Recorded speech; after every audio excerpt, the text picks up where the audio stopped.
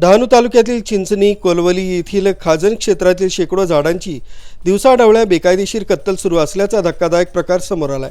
विशेष म्हणजे स्थानिक नागरिकांनी वारंवार तक्रारी करूनही वन विभाग याकडे जाणीवपूर्वक दुर्लक्ष करत असल्याचा आरोप ग्रामस्थांनी केलाय।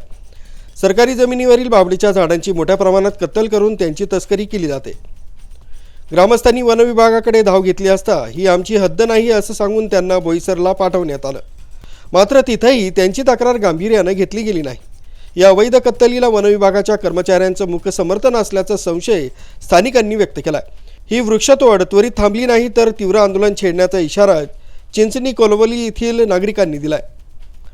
चिंचणी खाडी क्षेत्रामध्ये जी बाभळी झाडाची कत्तल झाली आहे आणि ती खूप मोठ्या प्रमाणात झाली आहे, तर इकडच्या ग्रामस्थांनी आम्ही सगळ्या ग्रामस्थांनी हे अडवण्याचा प्रयत्न केला, पण हे काम थांबलं नाही। तर आम्ही सगळ्या ग्रामस्थांनी मिळून एक रीतसर अर्ज वन विभागाला दिला।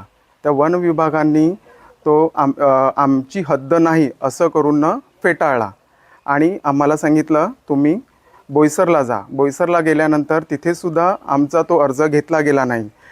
तर आम्हाला असं वाटते का ही जी कत्तल होत आहे त्याच्या पाठीशी अधिकारीसुद्धा त्यांना पोटाशी घालत आहेत का, असं आम्हाला थोडासा संभ्रम व्यक्त करत आहेत आम्ही। तर ही जर कत्तल थांबली नाही तर आम्हा ग्रामस्थांमध्ये असंतोष निर्माण होईल। पर्यावरणाचा ऱ्हास होत असताना प्रशासन सुस्त असल्यानं आता निसर्गप्रेमींमधून संताप व्यक्त केला जातोय।